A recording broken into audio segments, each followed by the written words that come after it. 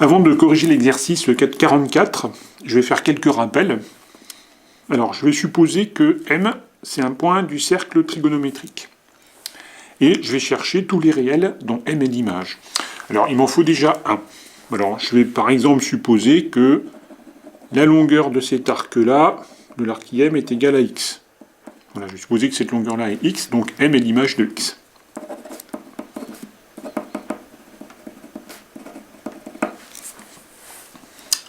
Alors maintenant, pour aller de I à M, je peux parcourir une longueur égale à X, mais je peux aussi ajouter un tour, c'est-à-dire 2π.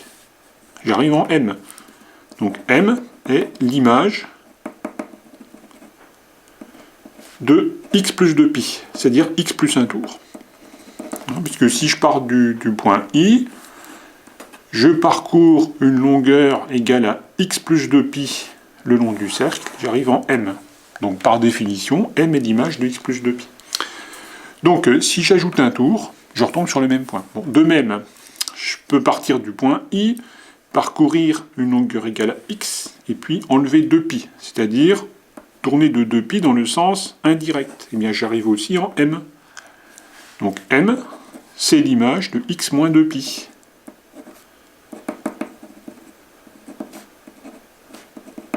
C'est-à-dire que j'ai enlevé un tour. Et puis pareil, je peux rajouter 2 tours, donc M, c'est l'image de X plus 2 fois 2π. C'est-à-dire X plus 4π. Puisque si je pars de I, que je parcours une longueur égale à X plus 4π, je retombe en M, etc.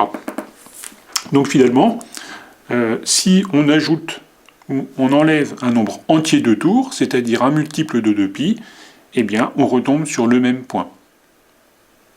Et on va se servir de ça pour l'exercice 44. On cherche le point image de 2018π. Alors on pourrait chercher l'image de π. Alors l'image de π, on sait que c'est I', et puis calculer 2018 fois π. Donc on ferait 1, 2, 3, 2018 fois, c'est pas envisageable. Donc ce qu'on va faire, c'est qu'on va enlever un nombre entier de tours. Et là, un nombre entier de tours, on sait que c'est un nombre pair fois π. Et c'est ce qu'on a ici. Donc en fait, ça, on va l'écrire 2, alors plutôt je vais l'écrire 1009, fois 2π. Voilà. Donc ça veut dire que je pars du point I et j'ajoute 1009 tours, puisque 2π correspond à un tour, mais si je fais un tour, je retombe en I, si je fais 2 tours, je retombe en I, etc. Donc si je fais 1009 tours, je retombe en I. Donc finalement, I, c'est le point image de 2018π. Voilà, en enlevant 1009 tours. Donc là, la réponse, c'est le point I. Deuxième question. On cherche le point image de 403π sur 2.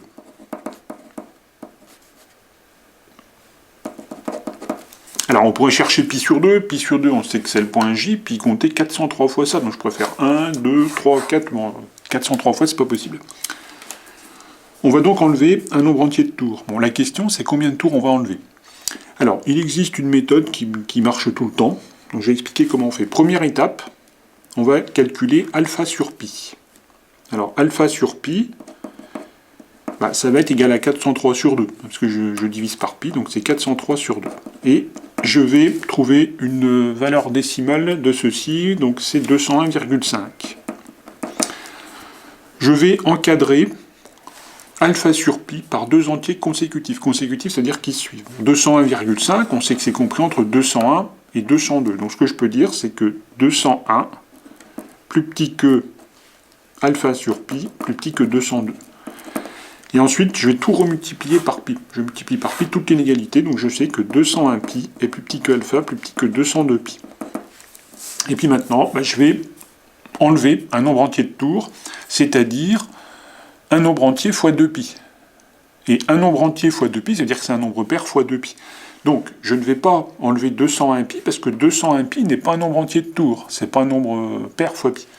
Je vais donc enlever 202π, à toute l'inégalité. Donc ça va me faire 201π moins 202π, plus petit que alpha moins 202π, plus petit que 202π moins 202π, c'est-à-dire 0. Je simplifie, il me reste moins pi plus petit que alpha moins 202 pi plus petit que 0. Et ce que je vais faire, en fait, c'est que je vais enlever 202 pi. Donc, c'est-à-dire que j'enlève 101 tours. Hein, puisque 202, c'est 101 fois 2. Donc, on enlève 101 tours, car 202 pi, c'est 101 fois 2 pi. C'est-à-dire 101 fois un tour. Et donc, alpha, ça va s'écrire. Alors, en fait, je vais calculer plutôt alpha moins 101 tours, c'est-à-dire alpha moins 202 pi. Voilà, égal. Alors, ça nous fait 403 sur 2 pi moins... Alors, là, je multiplie par 2, ça fait 404 sur 2 pi égale moins pi sur 2. Alors, ça veut dire quoi? Ça veut dire que l'image de 403 sur 2 pi, c'est aussi l'image de moins pi sur 2, puisque j'ai enlevé un nombre entier de tours pour passer de ça à ça. Ça représente le même point. Et bien, moins pi sur 2, là, on le trouve tout de suite, c'est J'. Hein, parce que pour trouver le point image de moins pi sur 2, je pars du point I, je tourne dans le sens indirect, puisque moins pi sur 2 est négatif, et je parcours une longueur égale à la valeur absolue de moins pi sur 2, c'est-à-dire pi sur 2. Et j'arrive en J'. Donc finalement, l'image de 403 pi sur 2, c'est J'. Donc l'image de 403 pi sur 2 est J'. On va passer à alpha égale moins 47 pi sur 3. Alors on pourrait repérer pi sur 3. Pi sur 3, on sait que pour le trouver, on repère un demi en abscisse, et puis on a pi sur 3 ici. Bon, alors il faudrait donc calculer 47 fois cette longueur-là, dans le sens indirect. Bon, c'est un peu long, donc on va enlever un nombre entier de tours. Alors la question, c'est combien de tours il faut enlever. Alors pour faire ça, on va d'abord calculer alpha sur pi. Donc alpha sur pi, alors c'est moins 47 pi sur 3 sur pi, donc il reste moins 47 sur 3. Alors il faut le calculer, donner une valeur approchée décimale. Alors on va prendre moins 15,7. Ensuite, il faut encadrer alpha sur pi avec deux entiers consécutifs. Consécutifs, ça veut dire qu'ils suivent. Alors, moins 15,7, c'est compris entre moins 16 et moins 15. Donc, je peux dire que moins 16 est plus petit que alpha sur pi, qui est plus petit que moins 15. Ensuite, je vais multiplier toute l'inégalité par pi. Donc, ça me fait moins 16 pi, plus petit que alpha, plus petit que moins 15 pi. Et puis maintenant, je vais pouvoir trouver ce qu'il faut rajouter. Alors, ce qu'il faut rajouter, c'est un nombre entier de tours, c'est-à-dire un nombre pair fois pi. Alors, il ne faut surtout pas ajouter 15 pi, parce que si on ajoute 15 pi, on n'ajoute pas un nombre entier de tours. Hein. Surtout, il faut vraiment ajouter un nombre pair fois pi. Donc, je vais ajouter 16 pi. Donc, ça me fait moins 16 pi, plus 16 pi, plus petit que alpha plus 16 pi, plus petit que moins 15 pi plus 16 pi. C'est-à-dire que j'ai ajouté 16 pi à tous les membres de l'inégalité. Là, il reste 0, plus petit que alpha plus 16 pi, plus petit que pi. Alors en fait là, plus 16 pi, ça veut dire plus 8 fois 2 pi. C'est-à-dire qu'en fait ça correspond à 8 tours. J'ajoute 8 tours à alpha. Alors, maintenant je vais calculer alpha plus 16 pi. Alors ça fait moins 47 pi sur 3 plus 16 pi. Ça fait moins 47 pi sur 3 plus... Alors 16 fois 3, 48. Donc 48 pi sur 3 égale pi sur 3.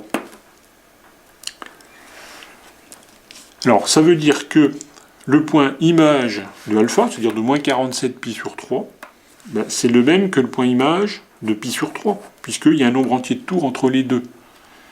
Donc il suffit de trouver le point image de pi sur 3. Et c'est ce qu'on vient de faire. Pour avoir pi sur 3, on repère un demi en abscisse et on tombe sur le point C. Voilà, ici, on a une longueur égale à pi sur 3, le long du cercle. Donc, le point image de moins 47 pi sur 3, c'est aussi le point image de pi sur 3, puisqu'il y a un nombre entier de tours entre les deux, et c'est le point C. Donc, l'image de moins 47 pi sur 3 est C. On passe au dernier, Donc le dernier, c'est alpha égale 109 pi sur 4. Bon, même chose, on va enlever des tours pour simplifier. Donc la question, c'est combien est-ce qu'on enlève de tours? Alors, on utilise toujours la même méthode, on calcule alpha sur pi. Alors, alpha sur pi, c'est égal à 109 sur 4, parce que je divise par pi. Il me faut une valeur décimale. Alors, pour 109 sur 4, on va prendre 27,25. Ensuite, il faut encadrer 27,25 par deux entiers consécutifs. C'est deux entiers qui se suivent. C'est entre 27 et 28. Ensuite, il faut tout multiplier par pi. Je multiplie tous les membres de cette inégalité par pi, donc ça me fait 27 pi, plus petit que alpha, plus petit que 28 pi. Et après, il faut enlever un nombre entier de tours. Un nombre entier de tours, c'est un nombre pair fois pi. Donc il ne faut surtout pas enlever 27 pi, parce que ce n'est pas un nombre entier de tours. Ce qu'il faut, c'est enlever 28 pi, parce que 28 est pair. Donc ça me fait 27 pi moins 28 pi, plus petit que alpha moins 28 pi, plus petit que 28 pi moins 28 pi. Alors ça me fait moins pi plus petit que alpha moins 28 pi, plus petit que 0. Et moins 28 pi, c'est quoi? C'est moins 2 fois 14 pi. Et ça veut dire que j'enlève 14 tours. Donc je pars de alpha, j'enlève 14 tours, donc je retombe sur le même point image. Alors, on va calculer alpha moins 28 pi égale 109 pi sur 4 moins 28 pi égale 109 pi sur 4 moins, alors 28 fois 4, ça fait 112, et donc il reste moins 3 pi sur 4. Le point image de moins 3 pi sur 4 et le point image de 109 pi sur 4, c'est le même, parce que entre moins 3 pi sur 4 et 109 pi sur 4, il y a un nombre entier de tours, c'est 14 tours, on a dit. Donc il suffit de trouver le point image de moins 3 pi sur 4. Alors on revient à la figure. Bon, on s'est repéré facilement pi sur 4. Pi sur 4, ça correspond à la bisectrice de cet angle-là. Donc c'est ça la bisectrice. Donc là j'ai pi sur 4. Et moi il me faut moins 3 pi sur 4. Donc je pars du point I, je tourne dans le sens indirect parce que moins 3 pi sur 4 est négatif, et je parcours une longueur égale à la valeur absolue de moins 3 pi sur 4, c'est-à-dire 3 pi sur 4. Donc ça fait moins pi sur 4, moins 2 pi sur 4, moins 3 pi sur 4, je tombe sur le point H. Donc là j'ai moins 3 pi sur 4. Donc finalement, l'image de 109 pi sur 4, c'est H.